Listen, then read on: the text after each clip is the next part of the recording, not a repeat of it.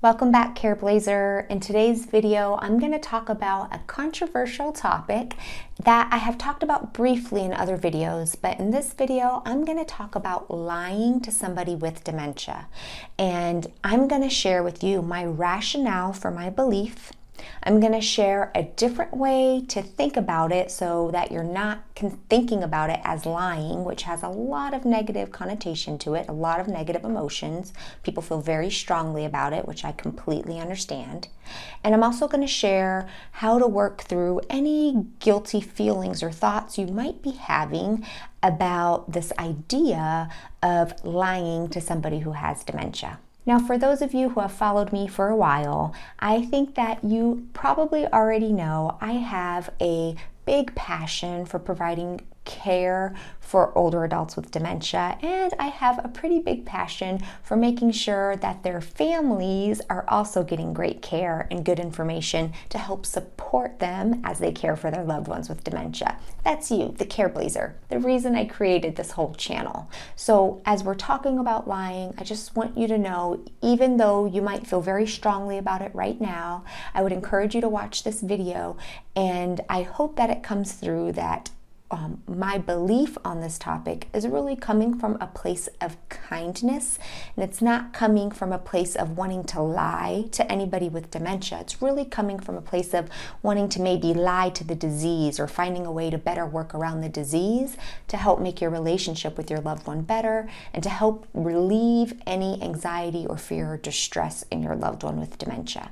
I'm also just wanting to say that I understand that what works for one person might not work for another, and that's okay.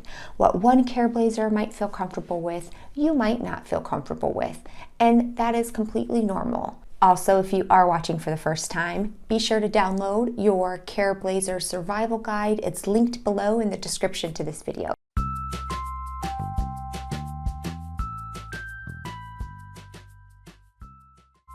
Okay, let's get started. Lying to somebody with dementia.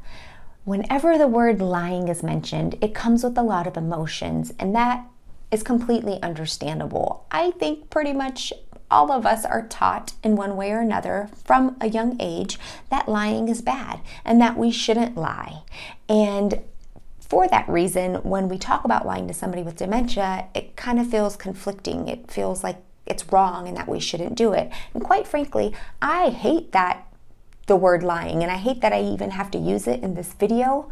But I want you to know that when we're talking about lying to somebody with dementia, it's actually trying to help them avoid some sort of negative feeling or some sort of negative reaction, or try to relieve some of their distress or pain. So for lack of a better word, I'm going to call it compassionate lying, because that is exactly the purpose of why you would lie to somebody with dementia, to deliver some compassion and help relieve some sort of pain or distress. In dementia, a compassionate lie is not meant to deceive, it is meant to relieve. Let me say that again. In dementia, compassionate lying is not meant to deceive, it is meant to relieve. The truth is, if something is bringing your loved one significant pain, anxiety, or distress, we want to do whatever we can to help try to relieve that for our loved ones with dementia. And when it comes to compassionate lying, this can be a really great tool to do that. So for example, let's say your dad wakes up every morning, your dad with dementia wakes up every morning and he says, I have to get ready for work, I'm going to be late for work. Your dad's been retired for decades and he no longer works, but when he wakes up, he feels strongly that that's what he has to do. Now, the non-Careblazer response would say something like, Dad, you don't work anymore. You haven't worked in 10 years. That might leave your dad feeling anxious, upset. He might not believe you. He might continue to try getting ready for work, or he might just then remember where he is in life right now and what's going on, and could make him feel sad. The Careblazer response to a situation like this could be something like, Dad, the boss called. You have the day off from work today. Let's go take a walk. In this situation, reminding your dad that he no longer works can lead to a couple of different outcomes. Number one, he could respond perfectly fine, and if that's the case, then great. That's not a situation where you need a compassionate lie. You can just simply state the truth and move on. For a lot of other people, it could end up resulting in things like your father not believing you and continuing to get ready for work. It can make him feel anxious that he no longer works and didn't remember that. It could also make him feel sad because the thing that he did for so long no longer happens. Telling your loved one the truth in this situation can lead to your loved one starting to resent you. It can lead to your loved one starting to doubt you or become paranoid about what exactly your motives are or why you're trying to keep him trapped in the house as a prisoner or treat him like a child. It's the kind of thing that doesn't breed for a good relationship between you and your loved one with dementia, or oftentimes can start to breed things that aren't developing a nice, good relationship between you and your loved one with dementia when you're constantly there trying to tell him what he can no longer do or how his life has changed so much and not for the better.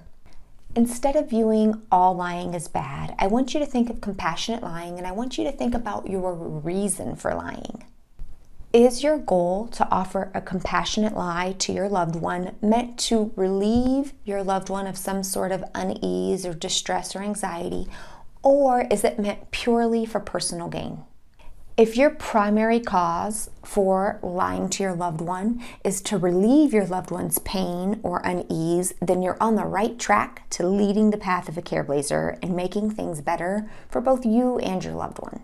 However, if your goal is simply for personal gain, then perhaps there's an indication that you may not be making the best decision for your loved one. And to give you another way to think about this topic, I'm going to share something an amazing Careblazer shared with me about this topic. So instead of even thinking that she is lying to her loved one with dementia, she considers it as outsmarting the disease. It certainly requires a different way of interaction and talking and engaging with somebody with dementia that's different from a lot of conversations you would have with people who don't have dementia. A lot of times, as you've probably experienced, when you respond to your loved one with dementia in a way that you would probably respond to the majority of people in the world, sometimes it can backfire on you. Your loved one with dementia might not believe you, they might become upset with you, and so you have got to learn ways to kind of outsmart this disease, and that's exactly what it is. You're not trying to lie to your loved one with dementia simply to lie to them. You're actually trying to find a way to add some comfort and peace to your loved one with dementia while outsmarting the disease. It's going to require some creative thinking on your part, and I just love the way that this Careblazer thought about that. In summary, I hate that I had to use the word lying in this video to kind of explain this concept, but for lack of a better word, that's what I'm using, and I'd like to call it compassionate lying, and I do think it can be helpful for many people as they interact with their loved ones with dementia. And as far as feeling any guilt for what you're doing, you have to change the way you think about this. You are not lying to your loved one simply for your own personal gain or to deceive them or to cause any harm whatsoever. In fact, your purpose for doing so is to help your loved one, to relieve some pain and to cause them some ease and some comfort. So you have to keep that in mind whenever you start to feel a little bit of guilt creep up about how you're interacting with your loved one. All right, Careblazer, what do you think about this video? And more importantly, what do you think about this idea of a compassionate lie? Do you feel like no matter what, this is the wrong approach and you should never do it with anybody, including your loved one with dementia? Or do you feel like there is a time and a place to do this and you can see the benefits of it? I'd really like to know what you think about it. Leave a comment below this video, or if you want to take it into a more private setting, be sure to request access to the closed Facebook group where you can share your responses and your thoughts with other Careblazers in similar situations to you. All right, Careblazer, thank you so much for tuning in. Continue to take great care of yourself and your loved one with dementia. I will be back next week. Bye. For caring for a loved one, behind my serving you or your loved one, or